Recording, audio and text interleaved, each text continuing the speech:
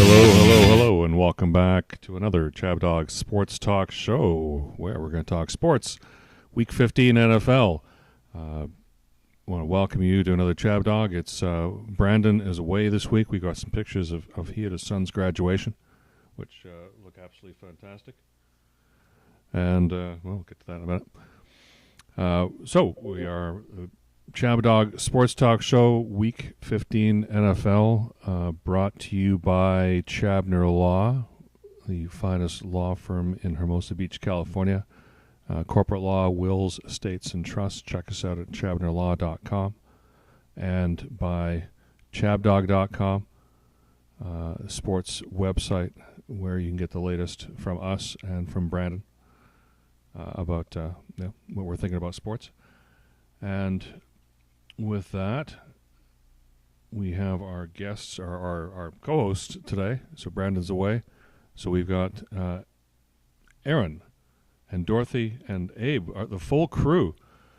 Let's start with Aaron because he's where it's the craziest. So why are people just in New Jersey mental or something? And there are these drones just the latest exposing this mental crisis in New Jersey, Aaron? Yeah, we're under attack. We're under attack from aliens or Iran or China or something, and we need to start fighting back. And it's ridiculous how that New Jersey is being messed with again, and we can't keep letting this happen. We need to take these drones down, like they took down the spaceships in Independence Day, and say, "Hey, stop shooting that green shit at us, and welcome to Earth." And punch them in the face, punch those drones in the face. And it's ridiculous. Isn't it? And Inauguration Day cannot get here soon enough because this would not stand if the president was anything but whatever we have right now. Well, not only a sleepy old man, but also a lame duck. It's not a good combination. And that's why we're under attack.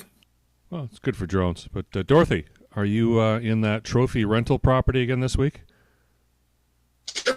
No. No. I'm actually supposed to be in Punta Cana right now. Dominican Republic, the DR. But if you can't tell, I sound like Tina Turner. Yeah. And I got sick. And so I had to cancel our trip. And I didn't have open house. Not feeling well. I'm just looking at properties for myself right now. Yeah, so Dorothy's in quarantine. So thank you for joining us from quarantine. What was that? So thank you for joining us from quarantine. Oh, you're welcome. Thanks for having me. Poor Dorothy. And Abe Miranda, freshly back from New Jersey. The madness that there is. In fact, this whole drone thing started with your arrival. So it must have something to do with Frank the Tank, right? I think so. It was so funny. The first night we got to New Jersey, we went to this place called Calabria's. It's like Frank's favorite pizza joint. Yeah. And it's somewhere in some, I want to say more of the conservative part of New Jersey. I've been taken there. And they're just, I remember we're eating in the restaurant. This guy's like, you hear about the drones? I was like, yeah. I called the police. Because I had seen the drones, I called the police, and they actually told them that they got to call the FBI and not them. So even the police were like saying, "You need to call the FBI on these drones." So it was like even the local police don't even want to take the drone calls anymore. And again, like people were really talking about this. In this New Jersey pizza joint, they were really talking about these drones. Now, there happens to be an Air Force base not too far away from this place. I got to tell you exactly where Calabria's is, but there's an Air Force base nearby, and I didn't feel like that was maybe it's something that the Air Force is doing out there because obviously they're not they're not causing, they're not like blowing up shit or anything. They're just flying these drones. They got lights on. So I mean, it's not. Yeah, there's the base on the map there. Yeah, it's not that. Like I think it's more military than anything else. Is my thought.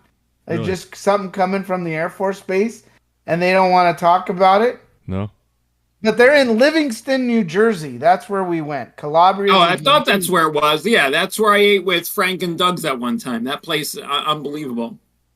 Yeah, but Livingston, there's a military base nearby, and I think this is where a lot of these drones are originating from. Because, I mean, how do you have these drones flying next to a military base, and the military doesn't know about it? Well, the military. That's a great theory. The military is not saying it. If they're saying, they're lying. So they don't have to tell the truth. But they're short-range drones. I mean, this is just ridiculous. It's like, and even if they're not, maybe they're. It's like going out and saying, "Look at all these cars on the road. Who are in these cars? Are there Iranians and driving around all these cars?" I'm like, I don't know. It doesn't matter. Ooh, there's all these frequencies in the air. Well, so what? There's all kinds of stuff in the air. There's a bunch of drones. They're harmless. This is ridiculous. So the military or private or whatever, they don't have to tell us what they're doing. We don't have any laws for that right now. Maybe, should we? Should people have to file flight plans if they're flying more than 10 drones at a time or something like that? Are these some protocols we're going to have in place moving forward? Or do we care what's who's flying what in the sky, some little battery-powered electric thing? It's no big deal. Is it? I mean, am I overreacting, or are these people in New Jersey overreacting? It's just, I don't get it. No, I do get it. These folks in New Jersey. Remember watching the Jersey Shore? Got my finger out now. Hey, Aaron, you ever watch the Jersey Shore? I love the Jersey Shore. When the Jersey Shore first came out, it was a cultural revolution, put New Jersey on the map, and yeah, it was great. It was that was must-watch television every Thursday night or whatever. Would you say the people in Jersey Shore were representative of most of the people living in New Jersey, like composite characters? No, those people weren't even from New Jersey. But I mean, look at how. I mean, they're all model citizens now. I mean, Snooki's like a mother of 2 or 3, and the situation's completely turned his life around. He's not headbutting walls anymore. He's raising a family. And DJ Pauly D's a successful entrepreneur, and Vinny is a health guru or whatever he is. So even though they weren't from New Jersey, I would be proud to say that they're from New Jersey, because they've all gone on to do great things. I mean, name another reality show where everyone who came out of it so successful like that. I mean, everyone except Sammy Sweetheart. I don't know what she's doing. Well, we also got the Rizzo. We got a little Rizzler and Big Justice now. I mean, that's the new cast of characters for the Rizzler could be like Ronnie's son. Well, you've heard about the Rizzler, Big Justice, the Costco guys, the Booms. Over here. Check this out. Boom! That's what's coming out of New Jersey now. Rocky 3. Do you like What's the last thing that made you cry? Pepper spray. What's your favorite book? Rocky 3. Do you like Taylor Swift? Taylor Swift? I love that dude. I actually met him once, you heard, in Brooklyn like a year ago at a beef patty store. What's your dream car? Mario Kart. It's a me. Luigi with the squeegee. Best advice you've ever given someone? Yo, my boy Mike, he's a janitor, but his house is dirty. So I told him he should work from home, you heard? That's sound advice. What's your favorite Pokemon character?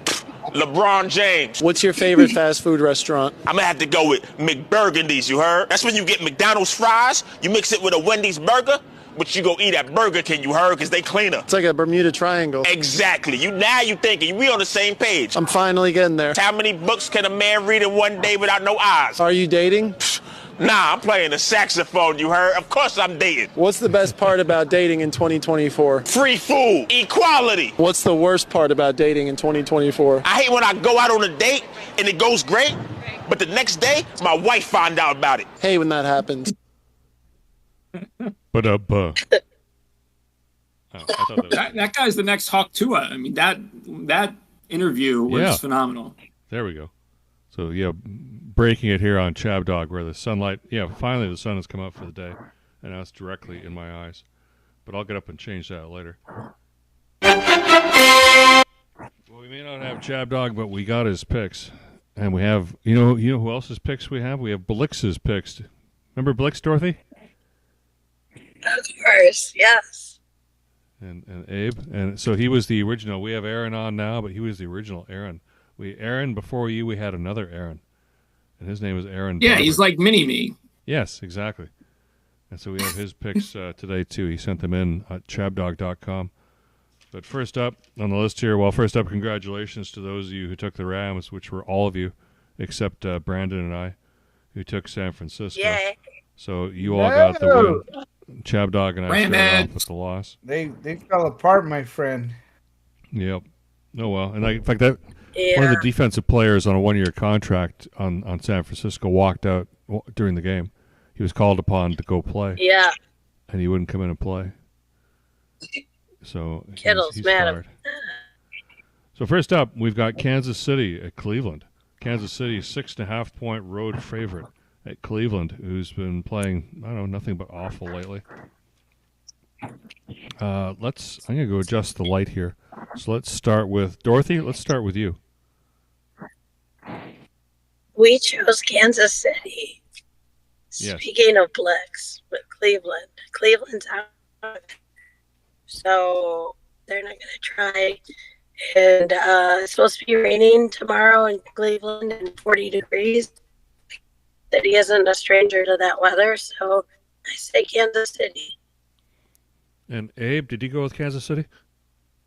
I did, actually. I picked Kansas City, 6.5 points. I don't think it's that hard for Kansas City to pull off 6.5 points against a really bad Cleveland Browns team right now. So I know that Kansas City has had a hard time covering spreads, but I think this one is not that unreasonable. Aaron, I think this is unreasonable. Aaron, don't you agree? Yeah, Kansas City never covers. They're going to keep doing this thing where they win close, they win close, they win close. Everyone's going to doubt them in the playoffs, and then they're just going to win all the playoffs close. But they're still not going to cover any spreads. So I think Cleveland's an auto pick until Kansas City can cover a spread. That's their been problem. Yep, exactly. If you look at the teams who there are a handful of teams that haven't scored more than 30 points in any game this year so far, and we just finished week 14, so we got a whole original NFL season in now. And Kansas City is on that list. They win by 2 or 3. They win by enough. They don't really care what they win by. They care that they win, but they just kind of do it this sneaky way, and they just win every game. They let Buffalo win that one time, but they're just really sneaky. It's like you think you got them.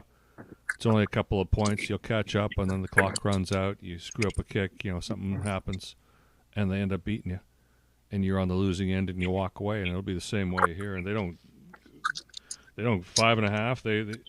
I think since Kansas City, I think they're like these Zen players.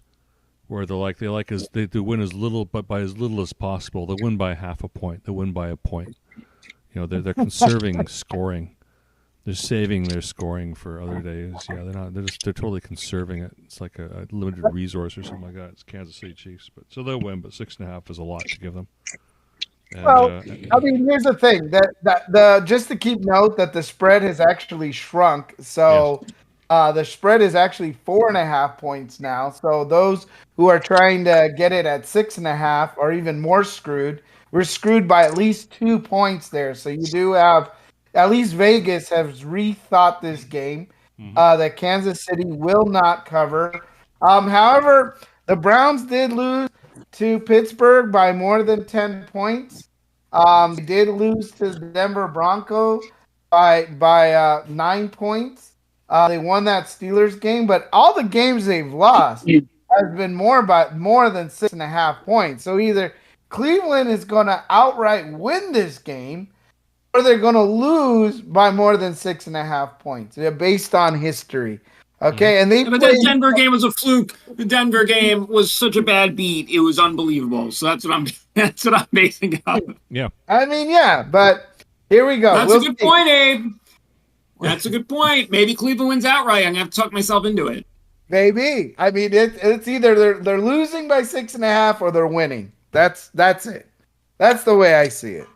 All right. Well, I got Blixx and Brandon on my side, so no island situations here. Let's move on to the next game. Cincinnati Bengals at Tennessee. What a yawner. Two teams really going nowhere. Cincinnati is a 5.5-point road favorite here against the Tennessee Titans. 1 o'clock Eastern, boring yawn. I don't know. I'll just hold my nose and take Tennessee. Just take the home team. And things go close. Ugh, what a messy game. Abe, what did you do here, Abe? Listen, I went with the Cincinnati Bengals. I'm putting a little faith in Joe Burrow and a little bit of his offense. The Titans currently do have Tony Pollard. He's one of their star running backs there. He is questionable for Sunday's game. He has I guess he has some sort of ankle injury there, so he didn't practice Wednesday or Thursday. So it's possible that the Titans may have this game without their star running back, and that could contribute to their further loss in helping us here on the Bengals side. Tennessee is obviously in last place in the AFC South. We don't, they're not expected to do anything exciting. But that's what we've got so far. I like the Bengals. They've been able to, at least they won the last game against Dallas. And that was 27-20. So they were able to cover the spread there, but they've lost the 3 consecutive games behind Dallas. And were able to beat the Raiders. So they look like shit. The Tennessee Titans look like shit. I kind of think both teams should lose this game because they both kind of suck. But I have to put faith in one of them, and so I'm just kind of leaning on the Bengals to cover their spread against the crappy Titans. Aaron, you took Tennessee. Do you have any convincing reasons why you took Tennessee better than me holding my nose? No, nothing super convincing except that I really think Will Levis is going to bounce back after that terrible offensive performance against Jacksonville, just because I'm not relying on him for fantasy anymore because my fantasy seasons are all over, in part because Will Levis did not get me through to the playoffs during that week. So I just think he's going to bounce back. And then Cincinnati, they just make me sick. They did not convince me much at all that they are going to cover a big number again, because I thought the Dallas cover was a total bad beat fluke, just terrible with that blocks punt with the Dallas player touching it. I mean, that game, and even when Cincinnati recovered it, they should have just drove downfield and kicked a field goal. Instead, Dallas lets Jamar Chase get loose for a touchdown to cover the number. So that was just so gross. I don't think they cover again this week. That was just disgusting. So I have Tennessee keeping it close. Tennessee could even win outright if Levis gets going and makes some big plays like he didn't do last week, but last few weeks before that, he was able to find some big plays in the passing game. That can help Tennessee keep up with the Bengals and Joe Burrow and Chase. All right. And Dorothy, she's taking Cincinnati, though. Yeah, I'm taking Cincinnati. Does that mean I'm on the island? No, you're not on the island, Senora Quarantine. You're on, and if you're on an island, you're with me. Yeah, no, actually, sounds fun. Aaron and I are the only two taking Tennessee, so actually we prevent each other from landing there. Even Blixx is taking Cincinnati. All right, let's jump to game 3. It's the Washington game. And we've got Washington at New Orleans. And Washington's a 7.5-point road favorite. Oh, my goodness. It's a lot of numbers. 7.5 for the... it's a lot. Yeah. It's a lot. New Orleans, who knows, they're Taysom Hill's, all their plans for their offense are gone. Coaching's gone. It's a mess. They're playing for nothing here. They don't really care, but, they have some good... They have good parts of that team that still operate here. that still could prevent Washington from getting a 7.5. And these are the kind of games I remember as a Redskin fan back in the day, that you would expect the Redskins to, or the Washington team to come through and win, and they would somehow drop it or make it close. Lose it outright or play it really close, much closer than 7.5. It's just that soft part of the season here. 4 games left to go, and they're not. Washington's come a long way, but it's a long season. It ain't over yet.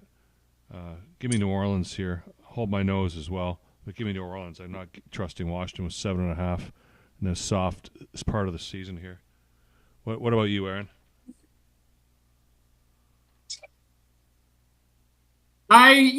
Too many points at home.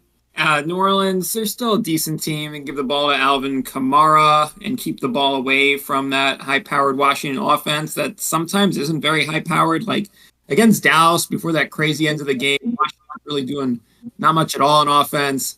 They only beat us, the Giants, the terrible Giants. They beat by 5 on the road, so now they're going to cover 8 points against the Saints. I don't really see it. Washington's a little overrated. They covered a big number against terrible Tennessee. So that makes me rethink my Tennessee pick, but I'm staying on Tennessee. But that does more to make me rethink Tennessee than it does to make me rethink Washington. I don't think this team is all that it's cracked up to be, and I think New Orleans will cover. Yeah, Abe, you took New Orleans as well. What do you see there? Yeah. I don't really see a lot for the Saints, honestly. I mean, the Commanders are coming off a bye week. They don't have their star quarterback. They're playing up on their second stringer there, and but they've been able to keep it close. I mean, they won against the Giants last week, 14-11. So they were able to come out on top. The Commanders killed the Titans last week, so they're primed up for that. But they lost to the Cowboys, lost to the Eagles, lost to Pittsburgh. So I mean, there's a possibility that the Saints will keep this a little bit closer. I just like to think that they got a little more oomph to just keep it close. I mean, Vegas is calling it at 8 points now. We're calling it at 7.5. So I mean, I think it's doable for the Commanders, but they have to prove themselves to do it. And you guys don't seem to have a lot of confidence in the Commanders to do it by that much. So I'm also just going to go with the Saints. All right. Dorothy D, you went the other way. You're taking Washington. And are you in Mulvaney's? Am I what? Are you in Mulvaney's? I don't know where I am. Are you in the United? Are you on Earth? I'm in. I am in Long Beach. Oh, Long Beach. Yeah, at a little Mexican restaurant here with sports. You on? Are you on Second Street? Yeah. Are we on Second Street? What? Are we on Second Street? We're at Panama Joe's. We're at Panama Joe's. Oh, Panama Joe's. Oh boy, Uh-huh. That's exotic. That must sound really exotic to Aaron in New Jersey. That Dorothy's at Panama Joe's in Long Beach, California. That's where we're looking to go. Oh yeah, Long Beach is great. I think so too. I think it's just a smart place to buy right now. I guess if you're gonna buy in California on the coast. Washington. This was tough for us because they're both kind of like, but I think the car is hurt, right? Well, I don't know. Is he? I think he is. So that's why we're going with Washington. Okay. So Washington on the anti-car. All right. Anti-car and a bye week. All right. What they Now got going for them. okay, this is an interesting game here. And I got some, Aaron, you got some explaining to do. Next up, we got Baltimore minus 14.5 at the time. This was down, but I think it's 16.5 now. Is at the New York Giants. I'm taking the Giants. 14. I think it's great. I don't know why everyone's holding their nose and walking away from DeVito. I don't know why I, of all people, have to defend DeVito either. I think he's going to come in and play really well here, and I think they're going to take Baltimore within, thrash them within inches of their lives, or they're going to get crushed. I don't know, one or the other. But 14.5 just seems a lot to lay on. Again, this late in the season, when they can just play with each other and not without really playing hard against each other. And 14.5, I just don't see it happening. I don't see either team caring that much to want to run the score up like that. They're just going to go through the motions here. It's going to be like laying down. Not that anybody here knows what faking an orgasm is, but because none of us know. None of us. Let's hold up your hand and swear. I've never faked an orgasm. Abe? I think it's pretty obvious. Exactly. I think Baltimore here, the Giants. Yeah, raise her hand, damn it! I just had to point that out. Dorothy didn't raise her hand. It's much easier for us to fake than you guys. That's the joke. I guess. That's the joke. Must be nice. You got it. Yeah, no, let that slip by. Sorry, I thought I was really smart and pointing something out to you.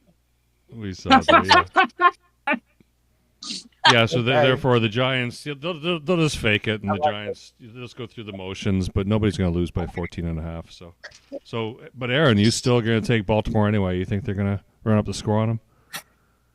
Yeah, the Giants disgust me, and they did cover last week, so that was nice. I was out. I didn't see the game. It looked really ugly. Yeah, and it was. Drew Lock was so bad, and I actually thought he had a chance to maybe make some noise and put himself into the conversation as a quarterback of the future when they signed him back at the start, but he has been so miserable that I'm actually glad to see Tommy DeVito again. And that is really something. So the other thing, the Giants are really bad against running backs, although I think they were decent against Kamara, but look at what Rico Dowdle did to them on Thanksgiving. He finally scored a rushing touchdown. He was running over the Giants. So just think of what Derrick Henry's going to do.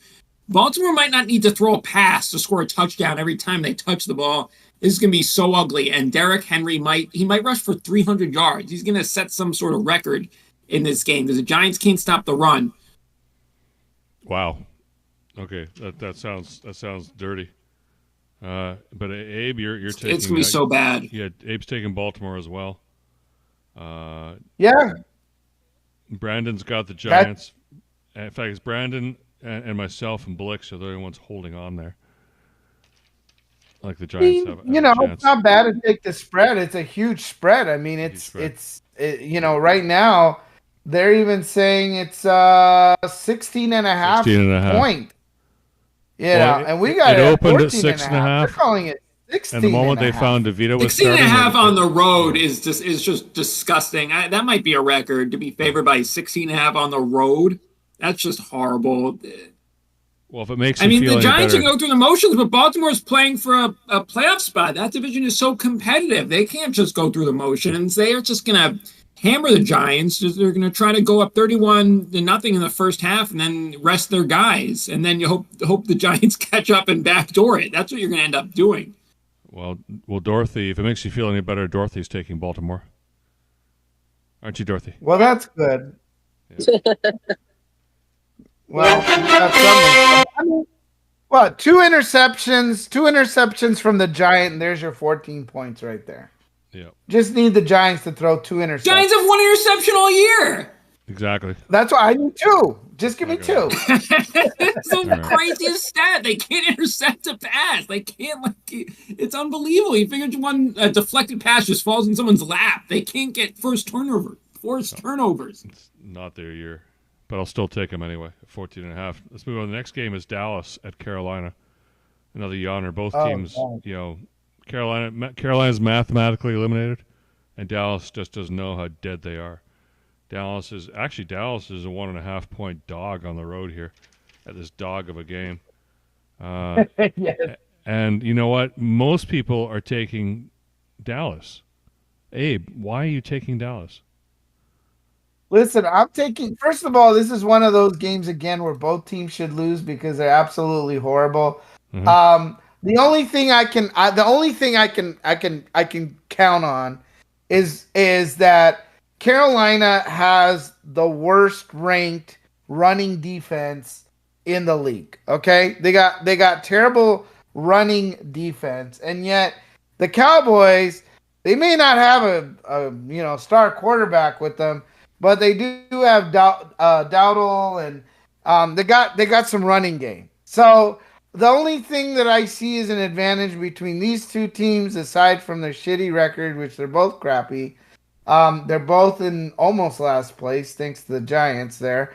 But I just see that they have a terrible defense. Okay, Carolina has a terrible run defense, and that may prove to be worth something for the Dallas Cowboys in this game. And that's why, because this game is so close, that's why I'm just slightly leaning on the Cowboys.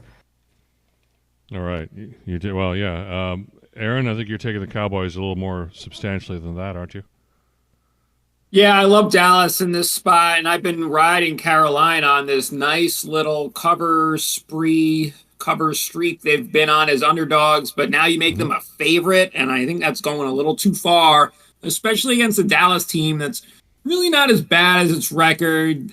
Like Abe said, Rico Dowdle has really been able to eat against these poor run defenses that they've been facing. He had a great game against Cincinnati, so the great game against the Giants wasn't a total fluke because he was able to do it against Cincinnati as well. He's going to run it against Carolina, and that opens up some things down the field for Dallas. And yeah, I just think they're a better team. They should not be underdogs.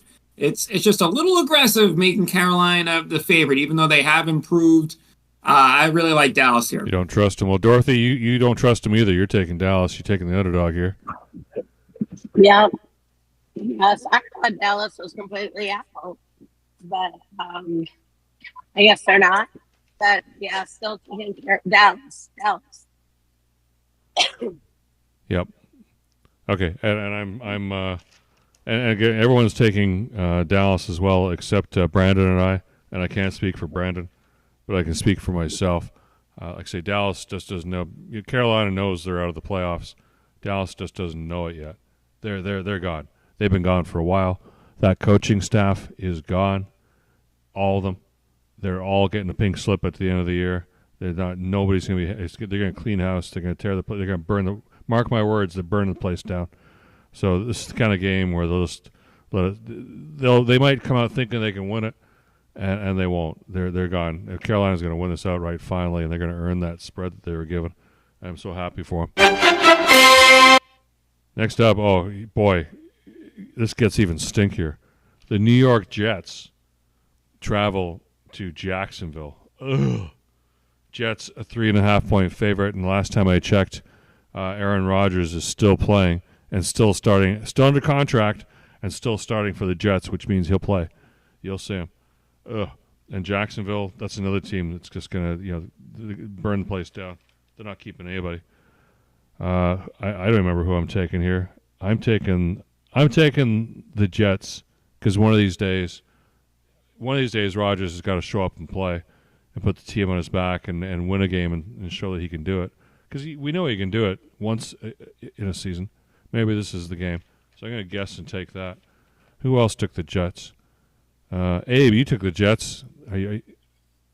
Yeah, Aaron and I took the Jets apparently, and that's well, Dorothy took them too. Dorothy took the Jets too. Well, I think, the Jags are just awful. So are the Jets. They're absolutely trash. But the Jets at least have a quarterback who can do something. And I might be the only thing leaning their way is that the Jets have a quarterback. The Jaguars don't have a quarterback. Record-wise, they all just suck. So, both teams should lose this game. They're horrible. Yep. And Dorothy, yeah, she's on the Jets. I am on the Aaron Rodgers bandwagon, and he's the one that first taught me about strange things happening in New Jersey. Mm-hmm. Well, it was only Blixx took the Jets, Jacksonville as well, but we're not going to count Blixx for these purposes. But ChabDog took Jacksonville, so he's going to the island for that one. Cast him that way with a cat. He's a castaway. Yeah, put him on the P. Diddy Island. Yeah, we'll put him over there. Yeah, exactly. P. Diddy's on the island now too. It's weird how this is going. Yeah, one of these days, these so-called P. Diddy's on the island. Oh, here's another brain dead game. The Miami Dolphins at Houston. Miami is only a 2.5-point road dog at Houston, who actually has a legitimate playoff spot and is going places here. Miami, yeah, they don't know they're dead. They just don't know it, or they know it, and now they just gotta pretend. This is the fake, or this is the team that's gonna do the fake orgasm here is Miami. So yeah, we're coming hard. We're ooh baby, ooh. That's Miami here, and so that tells me Houston will win the game. Yeah, they'll win by 3, which is the typical home advantage. Give me Houston, but not all of you are so agreeing in that. In fact, well, actually, everybody was. You know who didn't agree is Brandon. He thinks Miami's somehow going to pull a rabbit out of a hat here. Aaron, you don't believe that. You took Houston. No, I'm surprised. I'm surprised so many people took Houston with me. This is the game I felt the worst about. I don't feel great about Houston. They're kind of a fraud at 8-5. They started off the season hot. They haven't played that well lately. And Miami, until that Jets loss, looked like they were ready to make a surge, but they were so horrible against the Jets. Their defense did absolutely nothing. And if they play like that on defense again, Houston's just going to run it up on them. So I'm leaning Houston ever so slightly. Hopefully they run the ball with Joe Mixon, because CJ Stroud just hasn't been that good this year. But Miami's defense coming off an awful performance. So yes. I guess I like Houston, but I just don't feel good about it at all. Well, Dorothy took Houston. I bet you Dorothy feels better about it. Yeah, Dorothy, make me feel good about it. Yes. And this one was a tough one, too, but because Houston's going places, hopefully, I think they'll have more energy in that game. So, Houston.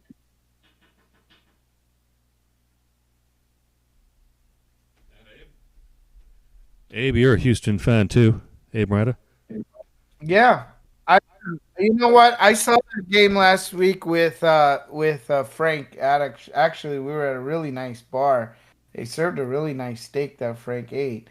And we saw this Miami Dolphins against the Jets. I mean, they were getting their ass handed to them by the New York Jets until the very last, basically fourth quarter. They came around. Basically, the Jets started making mistakes, and that caused Miami to win in overtime. Yes. But they were like destined to lose this game. They couldn't get a first down conversion for the life of them. You know, we had Frank rolling on the ball like a roly-poly last week, because every time the Dolphins tried to do something, they just couldn't get the first down, and the Jets would just keep getting a first down. Again, it came down to the wire. And I mean, they were struggling against the Jets. So, you know, them playing against Houston with a tiny spread, and I mean, it's a tiny spread. It's tiny. Right? It's not much. So the fact that they were just getting their ass handed to them by the New York Jets, I mean, this isn't the New York Jets. These are Houston Texans. This is a team that's gone 8-5. It's a real NFL team. 4-2 at home. You know, this ain't the New York Jets. So the Dolphins are if they can barely keep up with the Jets, they're going to get their ass handed to them by the Houston Texans. There we go. I think that was really well put. Let's jump to Indianapolis at Denver. And here's another team that thinks it's going places, the Indianapolis Colts, against a team that actually is going places. The Denver Broncos. Broncos are playing at home. Broncos are a 4.5-point favorite. And I like every point of it. It's the first of a 420 set of 4:25 p.m. games, and give me Denver. But and oh boy, you know what? Everybody was on the Denver bandwagon. Let's Let's start with Dorothy. Dorothy, why do you like Denver? Do you remember Elway? John, you a John Elway fan? Is that why you took Denver? No, not really. Nor Peyton Manning, but I just because they have chances. I know Indy does too. Mm-hmm. This is supposed to be a good game, but me and I agree Denver just because they seem to be hot, and getting better. Yeah, and Abe, you took them. I did. I took the Mile High. First of all, it is Mile High. They're going to play in Denver. Yep. This is the Colts. They've not done so great. They've lost quite a few games here. They barely beat the New England Patriots 25-24. That's kind of concerning. Yeah, it's the Patriots. They're really bad. I mean, the Broncos are way better than the Patriots, and they barely won by 1 point. Broncos are a 3-game winning streak, beating the Falcons, the Raiders, Cleveland. I think Colts are up there in that, that Vegas, crappy team kind of feeling, right? Yeah. So, I mean, if we're able to beat them by 10 points, the Raiders, it's possible the Broncos are going to beat the Colts here by 10 points too. We don't even need that much. I mean, we're not even asking for much on this spread. You're just asking for a little bit. Itty bitty points, right? Yeah, a little bit, right? Me?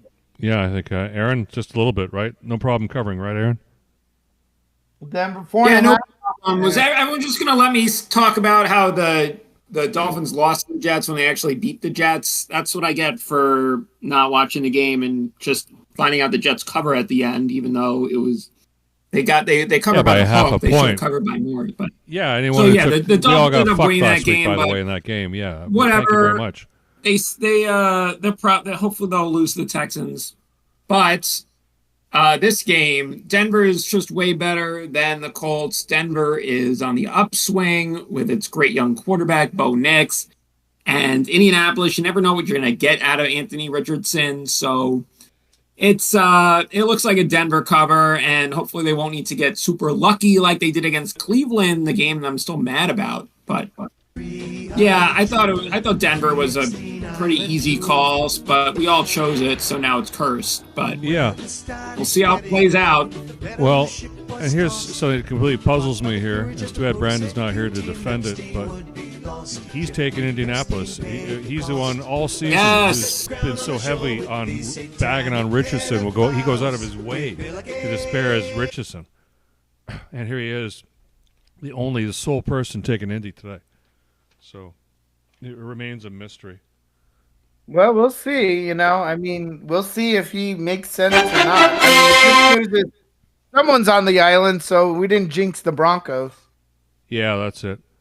Before we get to one of the marquee games of the weekend, I want to show you this scene here. This is a scene from Hamburg, New York, which is just near Buffalo and Niagara Falls, where I was born. This is a scene today from Hamburg. A little snow in Hamburg, New York. Look at that. Oof. Overnight. You can't even see across the street. Blizzard conditions. Absolutely insane. Day.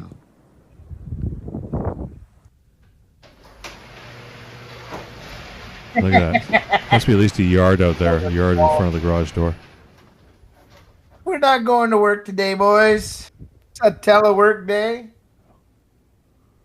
Oh, you can get to work through that. It's easy. Let's get the snowblower out. You'll be fine. Wow. Yeah, and so that's why I don't live in upstate New York anymore, and that's a good reason. Aaron, you don't get snow like that where you are, do you?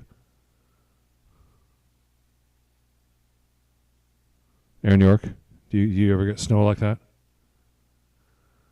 Not in a while. The last couple of winters haven't been terrible. I had to go out and shovel maybe once last winter, and that was not for a giant wall of snow. But New Jersey's been hit pretty hard. You just have to go back a few years. I don't think I've ever had more than 2 feet, but yeah, I mean, Buffalo's got the lake effect, so that's where that all comes from, the crazy lake effect where it just piles up and piles up. But the good thing is they know how to handle it, so they are up and running in no time, no matter what they get hit with. That's it. All right. what many are saying is the game of the week, and it probably is. It's number one, with the Pittsburgh game being number two. Buffalo Bills, 2.5-point road dogs at Detroit Lions. Wow. 2.5-point home favorites, 4:25 p.m., the national game. It's too bad it's up against the Pittsburgh game because really this is a game that everybody wants to watch, and it's going to be hard flipping between the two.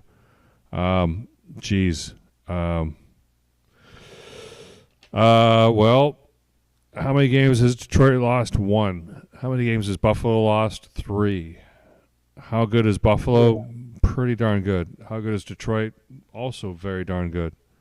But if someone's got to win and someone's got to lose in this matchup, and it's regular season, I'll give Buffalo the edge here because they're pretty hot, and they've been throwing a pretty hot hand here. Give me Buffalo on a tepid choice there, and we've got a lot of dissension here. We'll go next to Dorothy since it's her team. So Dorothy, you're taking the Lions, of course. Tell us why the Lions are going to put Buffalo in their place. Just because I'm in love.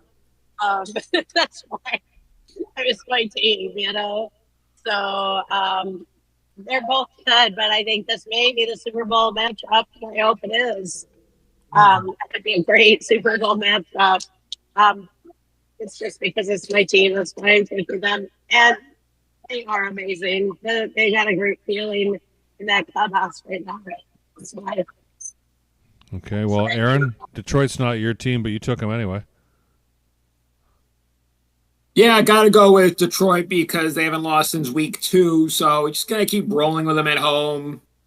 Didn't have to think about it too much. Buffalo's really good, but Detroit's been a little better all year, and you get them at home. And I'm not worried too much about the 2.5 just because Detroit scores so much. They probably win by at least 3. They could win by touchdown because they just score touchdowns all the time. And yeah, I just think Detroit's a little better. Home field advantage. Easy peasy. Wow. Abe, do you think it's that easy? You took Detroit too. Yeah, here's the thing. These are two good teams. This is actually going to be a great game to watch. I know Dorothy's going to be watching this game intently. Listen, the Detroit just has slightly better offense than the Bills. This is really two teams that I see in the playoffs. So this is a little bit of a preview of what's to come, I think, here for the playoffs. But essentially, this is great. Just slightly better. Detroit slightly better. This is a home game for the Detroit Lions. So they're going to have the crowd on their side. They're having an amazing season. I've been picking Detroit week after week after week after week, and they've proven to be very good for me. So I'm just continuing on the winning pick streak, going with Detroit. Small spread, thankfully. Thank God it's not 7.5 points or something crazy to make this so hard. But I'm glad it's just a little itty-bitty kind of points. And I think Detroit has enough to make a witty-bitty little win against the Buffalo Bills. But again, witty-bitty. It's going to be a good game to watch. Good to me. All right. Oh, where's that? Let's jump up to the next game here. Okay, Pittsburgh. It's too bad ChabDog's not here. Pittsburgh's at Philadelphia. Philadelphia is a 4.5-point home favorite against Pittsburgh. This is where it starts to get a little crazy. Who's the better team here? They're both really good teams. I'm going to try and adjust the light here, but in the meantime, I like. You know what? I'm going to have to take. They're both unlike New York. They're both Philadelphia teams because there actually are two teams in the state of Philadelphia or Pennsylvania. And I like Pittsburgh here. Give me that other Pennsylvania team, Pittsburgh, from the eastern side, to somehow find a way to win this game outright. But this is not universal here. Dorothy, you took Philadelphia. Yeah, because they want to play Detroit, so they're going to be fighting really hard to have at least equal kind of advantage to Detroit and have home field. So I think they're going to be fighting just as hard as Pittsburgh, but Philly's going to. Abe, you took them too. I did take them. I took Philadelphia. Again, these are two good teams, so it's not like one completely over the other. They're both leaders in their standings, so again, I think Pittsburgh and the Eagles are going to end up in the playoffs here, so that's going to be good for Brandon because I know he's a big Steelers guy. This just comes down to looking at some of the numbies. I can only go with the numbies when both teams are so good. Mm-hmm. We've got George Pickens. He's a star wide receiver. He's out, so he will not be playing on Sunday. He has a hamstring injury, so again, he is ruled out. So the Steelers are going to just be down one star wide receiver for this game. This is one of the maybe one or two reasons why I'm leaning on Philadelphia for this one. So starting off with Pickens, but again, the Eagles have been, they've had a great winning streak. I can't even remember the last time they lost a game, and most of their games they've won by this spread. So this isn't like unusual for the Eagles to beat. They're going to beat a team that they're going to beat them by what you've given them here, which is a 4.5 point spread. The Eagles have been able to cover this. This isn't the Kansas City Chiefs. Mm-hmm. This is the Philadelphia Eagles. So if they do win, they're going to win to cover. If they're not winning, then Brandon's going to be happy because Pittsburgh's probably going to win the game. Okay, well, let's hear the story of these two cats here, or there's one cat. I was so young when I married him. So stupid. Maybe if I play dead, I'll die. Oh, look, another football game. In overtime. Where's my Meowthew McConaughey? His breathing annoys me. Useless. The best years of my life. Ruined. I was so young when I married him. Oh, well. So stupid. It seemed funnier when the first time I watched it. Yeah, that one hit too close to home. That one hit a little too close to home. Yeah, it seems like every married couple after they cross the 10-year mark, Yeah. It seems like SOP in every marriage. Dorothy wants some of that. Oh, you'll see. Give it about 10 years. Give it about 10 years, Dorothy. I've been married before, I have been married before. I don't hate Jews. For over I'm 10 years? Of them, but I don't hate them. For over 10 years? That doesn't mean that I'm anti-Semitic. You're something a little funnier. You'll see. I'm hoping I'm a little more mature now. I waited for 49 years of my life for this movie. So I'm hoping I'm making good choices, and I've already done the young silly stuff. I'm getting my ears pulled by my wife right now. It's great. She got it out there. Here's something to lighten the mood. I don't hate Jews. I'm critical of them, but I don't hate them. That doesn't mean that I'm anti-Semitic. You wore a Nazi armband. That doesn't make me a hater. Whoever said you had to be white to be a National Socialist, you don't have to be white. It could be anybody. 6 million Jews are killed. I have no comment on that right now. No comment. I don't hate Jews. I'm critical of them, but I don't hate them. That doesn't mean that I'm anti-Semitic. You wore a Nazi armband. So I guess, his point is you don't have to be. You can be black and you can be part of the National Socialists, and it's acceptable for them. And you can display a swastika but not be anti-Semitic, and he has no comments about the 6 million people. Okay. He's all over the place. Why can't people just have regular hobbies? Yes. Whatever happened to the just do something where you're not wearing a swastika armband. I mean, if that's your life, I think you have to look in the mirror and rehevaluate your hobbies. Exactly. You sound like you need some. Poor guy. Let's move on. Okay, here's a break for the New England Patriots. They get to play in an afternoon game at 4:25 p.m. Eastern, 1:25 p.m. They get to fly out of their lousy, cold New England lair to Arizona, to the nice, dry desert air, play a nice game in the warmth in Arizona there. And Arizona is a 6.5 point home favorite. And I think New England's just going to lull themselves to sleep in the hot tub and just enjoy the desert air and the cactus tea and just go right along with that and let Arizona win by whatever Arizona wants to win by, because they're just happy to be there right now at this time of the year because they're out of the playoffs. Give me Arizona. But not everyone went that way. Aaron, you took New England. You think they're going to fight? Yeah, New England could fight a little bit. They got their young quarterback in there who's got a lot to prove, and I just don't think Arizona's been very good lately. 2 of their 3 games against they lost 2 of the last 3, both to Seattle, and I don't think Seattle's very good. It's been very disappointing for Arizona. They were on such a hot streak, but they've hit the skids. And I think they're going to have a battle with New England. I don't think they're going to blow anyone out. I don't think they can blow anyone out right now. Okay. So Dorothy, I'm going New England to cover. Arizona. Arizona has to rediscover what made it such a feisty team a few weeks ago, about last month. So they've got to figure that out. I think Dorothy thinks they're going to figure that out because Dorothy took Arizona.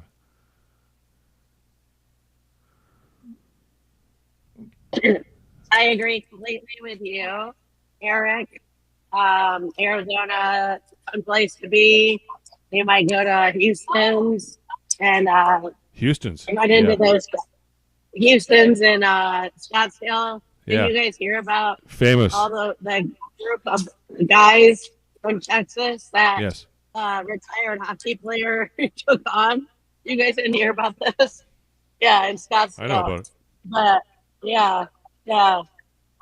Retired hockey player was in Houston, and 5 guys came in to Houston, started getting the manager a bunch of trouble, and the retired hockey player came up and he's like, "You guys, if you don't stop, I'm taking it outside with you." So they did, and all 5 of them were whacking on this retired hockey player. He was taking on 5 guys. But, yeah, I'm surprised you ever heard about this. But yeah, that was Biz. Paul just took on 5 guys at once. He's like a superhero. Yeah. He's the best. He's the best. He's the man. Yeah, he goes to Houston's like 5 times a week, and orders salad with island dressing. And he saw these guys walking. He's like, "What the heck?" But anyway, my point is that people love Scottsdale. People love Arizona. New England's going to go there and make it a vacay. Arizona's going to win. There we go. There's a word for Arizona there. But Abe, you're also taking Arizona. So it's just Brandon and Aaron and Blixx that are on the New England side. Abe, any word for you? You like the Arizona Heat? Listen, these are 2 crappy ass teams, 2 real shit teams. I mean, this is a poopy games. The only thing I could say is that it's a Cardinals home game. The Cardinals just have slightly better numbers than the Patriots. They have a better offense overall. They have better rushing, better passing, better scoring. They have, their defense is okay. I think on par with the Patriots. But that's all I got. I mean, you got Drake May, who's having, really good, he's got a good season, I think. Rookie numbers, he's doing okay for the Patriots. Yeah, them's rookie numbers. It's kind of his rookie year, and I think he's doing a lot better than all the other quarterbacks that they've had ever since Tom Brady. So, I mean, the Patriots got that going for them. But is it enough? And like I said, the Patriots, they got nothing to fight for. I mean, they're in last place. They're not going to the playoffs. Arizona, I think they have some playoff hopes if they can win this game. I think there's some incentive for them to win this game where they'll have some hope of winning or getting into the playoffs. So I think that's why I'm just leaning on the Cardinals for this one. All right, well, hold your nose and full speed ahead. Ugh. Yeah. Sound effect here. Next up, we have Tampa Bay at the Chargers. Tampa Bay Buccaneers. 2.5-point road dog to the Chargers. Chargers are for real. They're coming on strong. They're having a good year. And got Tampa Bay Buccaneers also looking for a playoff spot. Chargers are more secure with a playoff spot right now. It's Tampa who needs to feed a little worse here with 4 games to go. Tough choice here. And they are playing here in L.A., 4:25 p.m. Eastern. But I like the Baker Mayfield story, and I like to be part of that fantasy there. So give me Tampa Bay to come through there. And who supported me here? Aaron or Brandon took Tampa Bay, and Blixx took Tampa Bay, but all the rest of you all like the Chargers. Dorothy, why do you like the Chargers? I think I chose this one because they beat. This is a hard one. I thought Tampa Bay was more secure in the playoffs than the Chargers, but you're saying the Chargers are? Yeah, yeah. Chargers are in a position. Sure, they won't win the division, but they'll get the one of the wild card spots.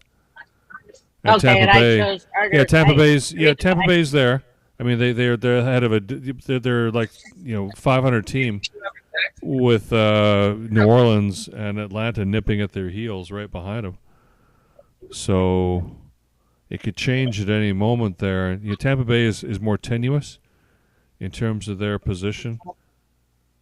Okay. Yeah, this must play tough, but now that you're telling me that, I'm more confident about the Chargers' choice here. I still think they want to win to higher up. Chargers won 8 games. What you say? So the Chargers won 8 games. They're for real. Oh, yeah. So that one was a choice by JP. But who did you say took the Tampa Bay, Brandon? Yeah, he took Tampa. I took Tampa. But Abe Miranda, you're taking the Chargers because you're a home team hack, aren't you? You just take whoever's in LA. You're going to take them regardless, right? It seems like that. It seems like this season I've taken a lot of the Chargers, but the Chargers have gotten me a lot of winning picks too. So we got to take this as a double-edged sword. I take the Chargers, but then the Chargers pull through for me, and that's why I'm doing so well in these picking pools. So the Chargers, I owe them something. Bucky Irving from the Tampa Bay Buccaneers, he's questionable for the game. He was a limited participant on Friday. He's their star running back. We'll see if he even comes in and plays on Sunday. That could be a factor in that game. This is a home game for Tampa Bay. Again, we have a few hurt players, a few questionable players. That could impact the game. Look, the Chargers almost beat the Kansas City Chiefs last week, 19-17. That's actually pretty good. The Buccaneers, okay, they beat the Raiders 28-13. No big deal. It's the Raiders. The Raiders suck. But here's a little more concerning. 26-23 overtime against the Carolina Panthers.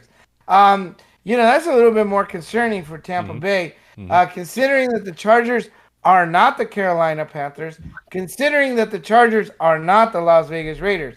So, with that being said, I feel like the Chargers could possibly win this game, could possibly cover the spread. Again, it's a possibility.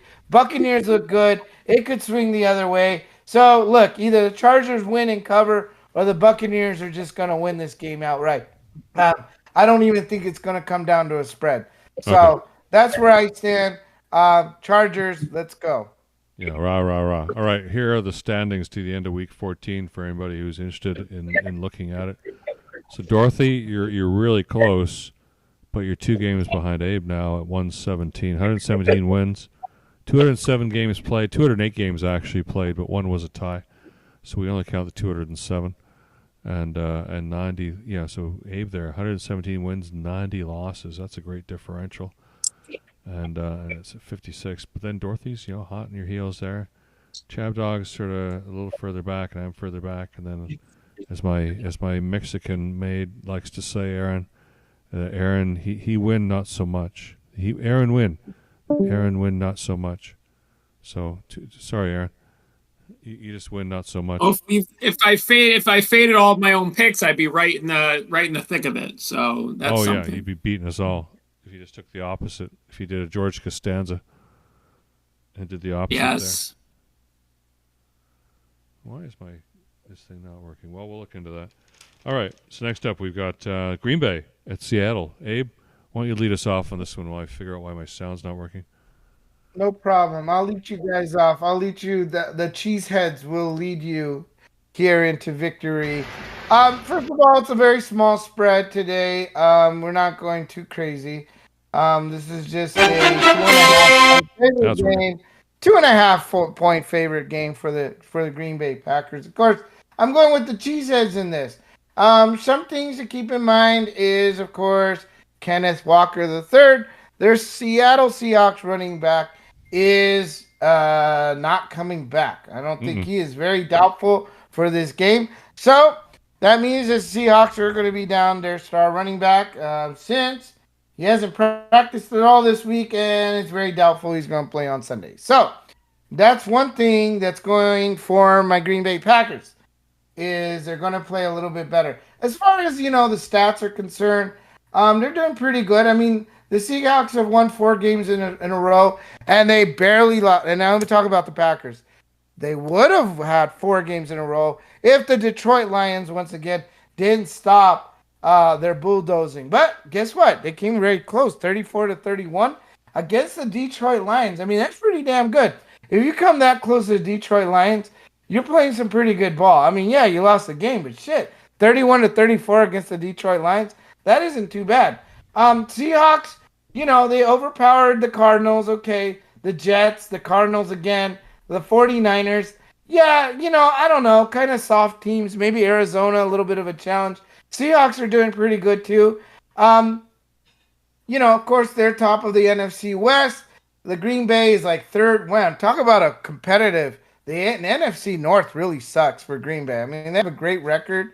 Imagine being 692 and being in third place because the damn Vikings are 11-2 and the Detroit Lions are 12-1. I mean, that's pretty fierce right there. But anyways, Vegas doesn't think this game's a blowout. We're talking about measly 2.5 points. Green Bay is slightly favored. I'm going to go with the cheeseheads again. I think they're down a little bit on Seahawks. Only going to cost one mistake for this game to flip. All right, either way. I think it's just down to one mistake. Abe, you're Aaron, you're taking them too. Do you have a shorter and different angle on it?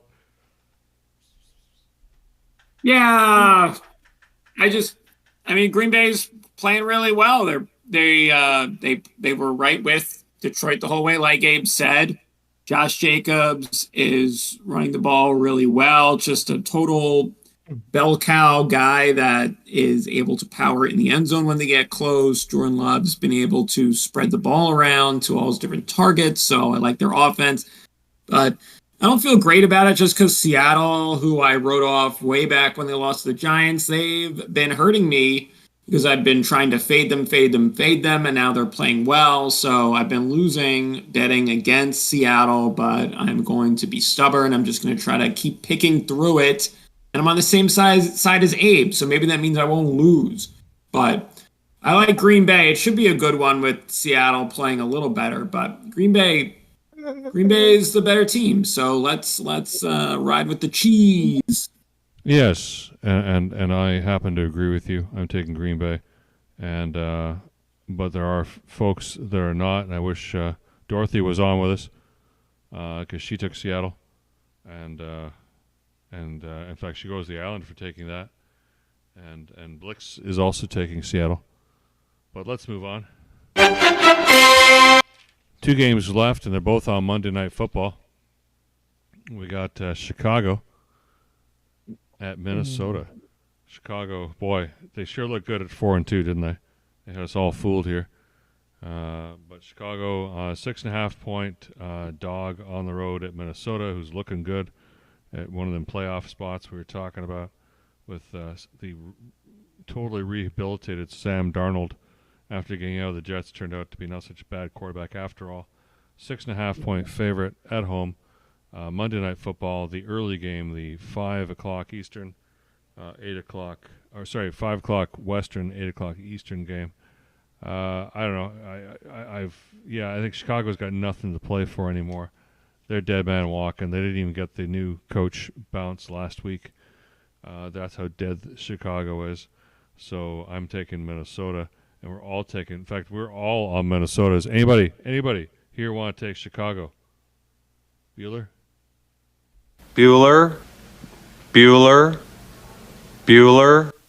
Okay, so we're all taking. That's easy. We all took Minnesota.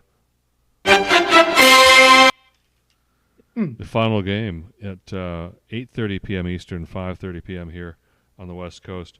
The Atlanta Falcons, who were once also looking so great, 4.5-point road favorite against Las Vegas. That I'm not sure Las Vegas was ever looking good. Abe, was Las Vegas ever looking good this season? Or Aaron? No. They look like shit from day one. They've been like shit since day one, and every time they lose, it makes me happy because I'm just not a Raiders guy. I like Allegiant Stadium. I like Las Vegas, but I don't like anything about the goddamn Raiders or the Vegas Golden Knights. They can all go to hell to me. So yeah, it's great watching them lose, and it's going to be great watching them lose again. So, I mean, that's all I can say. I mean, I'm going to go, obviously, with Atlanta because I want to see Vegas lose and lose again. And also, I mean, I don't think there's anything that really supports them winning this game. I mean, they're kind of bottom of the barrel as far as, the standings are concerned. I mean, there's nothing exciting.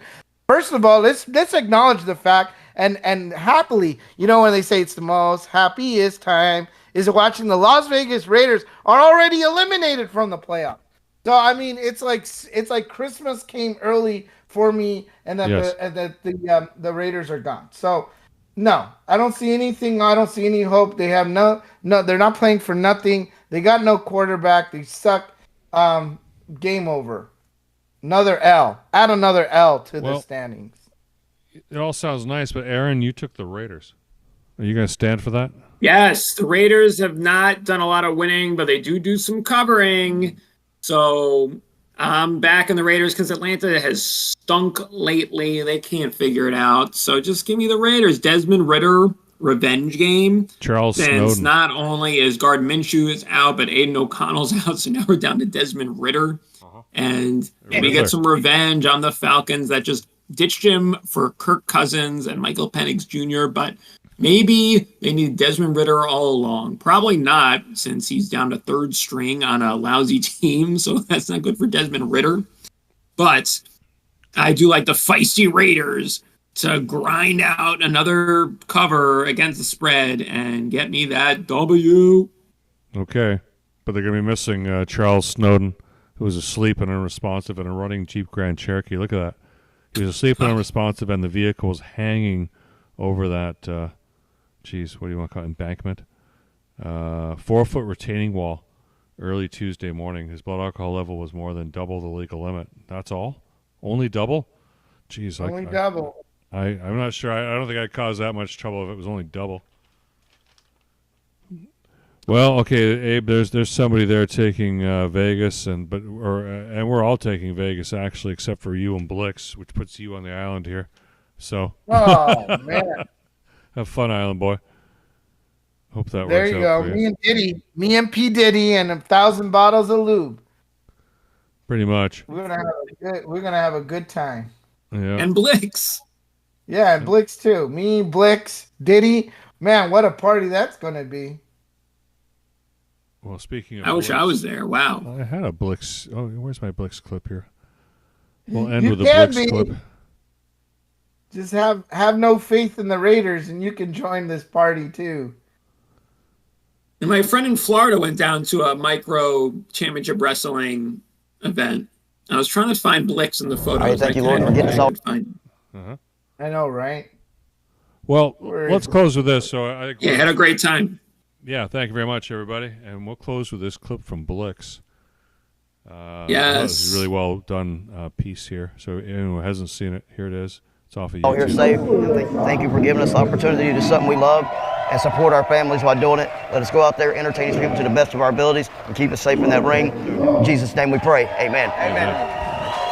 If I wasn't a professional wrestler, I had no clue what I would be. I started re-watching wrestling when I was a teenager and just fell in love with it and loved the storylines and loved the whole activity of it. And when I got that first call, I was so excited, and here I am 16 years later. The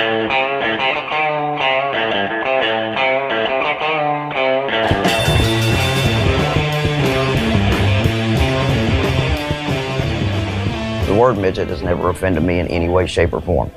I don't see what's derogatory about it. Other people do. The politically correct term is little people. I don't like being called little people. Little people come in a box at Walmart. Midget is a common term that people know. So if I can use a word to bring people to shows, put money in my pocket, that's not exploitation. That's capitalization.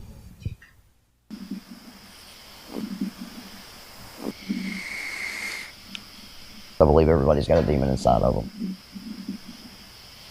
I had a lot of them. One of them I fought off. Cocaine. Got real bad on that for about 5 or 6 years, and no rehab, no help from friends or anything. I quit cold turkey. Now, when it's quiet and it's just a relaxing day, I like to drink my beer and sit at home and watch sports and be left alone. Pretty much, that's all I do. Have a very dull home life, unless my kid's around, and then it's never dull. My daughter's name is Ariana, and she's 13 years old. She's daddy's little girl, and I couldn't be more proud of her. Having a daughter and being on the road all the time is stressful, but it's not really stressful because she's got an amazing mom.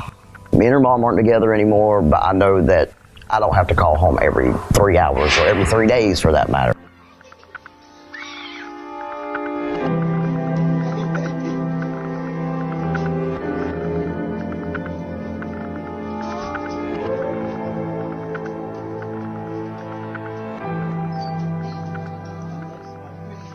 My daughter's future is, the sky's the limit with her. I've told people she's a politician. She could be the next president, I don't know. I don't know how much longer I'll actually continue to wrestle. I've actually retired 3 times. The last time that I retired, I stayed gone for, I think it was 4.5, 5 months. And I drove myself crazy. I called Johnny, I said, I gotta come back. He said, all right, come on back. And here I am 1.5 years later, still going. It's worth it. Every minute of it is so worth it.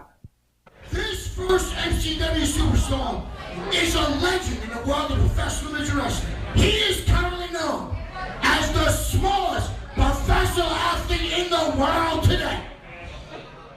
The only legacy that I want to leave behind is I don't want to be known as the Hulk Hogan of midget wrestling. I'd rather be somebody like a Gorgeous George who come before Hulk Hogan, or Freddie Blassie, these guys that revolutionized the sport. I will be known as one of those guys that paved the way for future generations of midget wrestlers to come in. They can have the television time and the movie deals. I just want to be recognized that I'm the guy that made that pathway for you. Just say thanks.